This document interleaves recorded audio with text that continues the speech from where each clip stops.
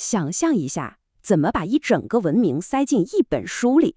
咱们今天就来聊聊。今天带大家看个宝贝儿，它可是记录了灿烂的维吾尔和突厥文明。不可思议吧？这片绚丽的古老世界，全被一位大师用文字永恒定格了。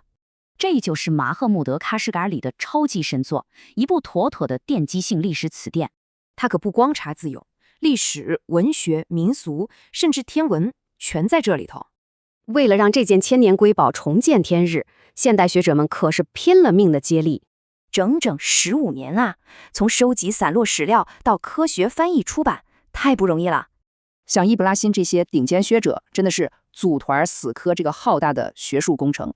对他们来说，这绝对不是枯燥干活，因为每一个字都是文明本身。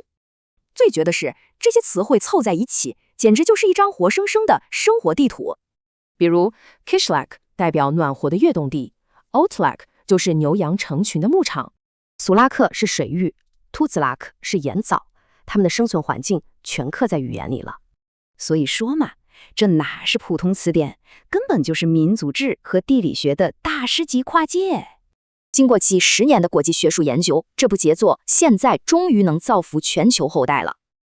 就像书里写的，渴望的力量通过语言绽放，文字的魔力就是这么大。这就留给咱们一个问题：今天我们写下的字，会让未来的世界看到什么？